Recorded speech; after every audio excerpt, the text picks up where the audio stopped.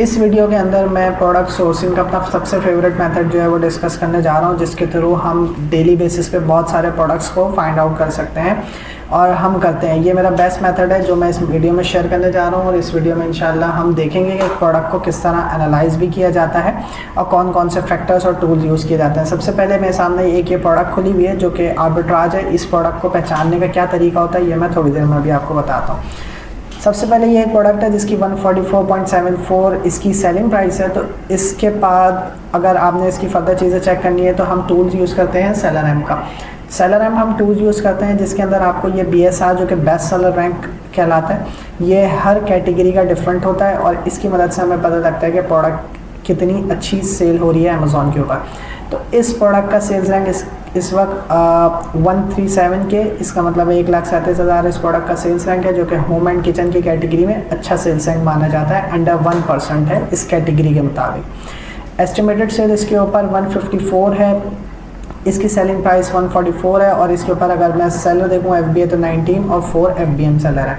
तो 19 सेलर इसके ऊपर बैठे हुए, मगर इसकी कॉस्ट प्राइस ये 62.92 है, जो कि ऑलमोस्ट $33 का मुझे प्रॉफिट होता है। अच्छा, ये सेलर एम की मदद से जब हमें ये सारी चीज़ें पता लग जाती हैं तो हम नीचे स्क्रॉल डाउन करके इस कीपा के ग्राफ पे आ जाते हैं। ये जो आपके सामने ग्राफ नज़र आ रहा है ये कीपा का ग्राफ है। इस कीपा के ग्राफ के अंदर हमने कुछ चीज़ें चेक करनी होती है, जिसमें सबसे पहले मैं सेल्स रैंक को देखूँगा।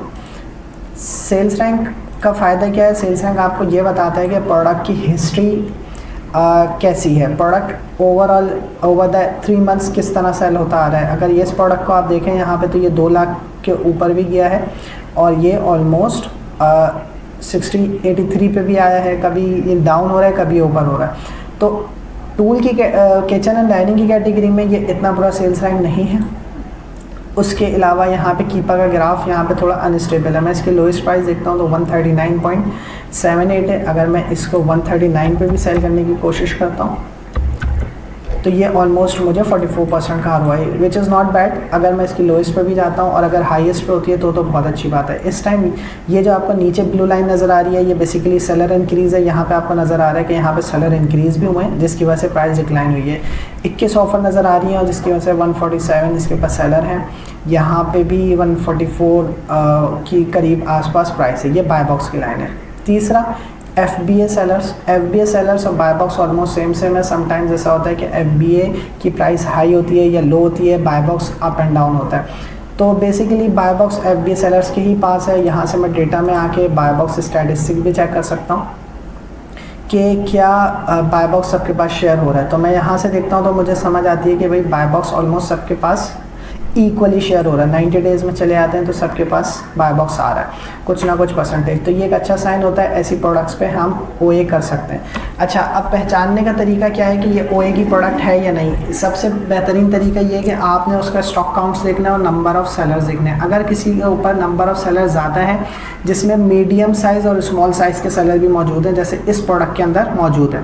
अच्छा, उसके बाद इनका स्टॉक कितना है, किसी के पास 7, 23, 16, 1, 5, 8। तो ये स्टॉक काउंट्स और ये रेटिंग हमें ये बात बतानी है कि भाई ये प्रोडक्ट आर्बिट्राज का है, आप इस पर आर्बिट्राज कर सकते हैं। क्योंकि इतने हाई नंबर ऑफ़ सेलर्स अगर किसी प्रोडक्ट के ऊपर आके बैठ रहे हैं और वो प्रॉफिटेबली सेल कर रहे हैं, विच मीन्स के ये प्रोडक्ट आप इजीली सेल आउट कर सकते हैं। आप भी इसको OA कर सकते हैं अगर आपको ये प्रोडक्ट प्रॉफिटेबल मिल जाती है तो। अच्छा, जब मैंने ये सारी चीज़ें चेक कर ली और मेरे लिए ये एक अच्छी लीड है, एक अच्छी प्रॉफिटेबल प्रोडक्ट है जो कि मुझे ऑलमोस्ट $28 का प्रॉफिट बना के दे रही है इसका पर यूनिट, तो इस तरह मैं ये प्रोडक्ट को सेलेक्ट कर लूँगा। मैं इस प्रोडक्ट को विनिंग प्रोडक्ट कंसिडर करूँगा और अब जो मैं प्रोडक्ट हंटिंग करूँगा या प्रोडक्ट सोर्सिंग करूँगा उसके लिए बेस्ट मेथड, बेस्ट वे ये होता है कि मैं यहाँ से आके सेलर एम के अंदर से आके सेलर को चेक करना शुरू करूँगा। सेलर एम क्यों यूज़ करूँगा ये मैं भी आपको बताता हूँ। लेट्स से कि ये 11,000 रेटिंग वाला सेलर है, मैं इसको नहीं ओपन करूँगा।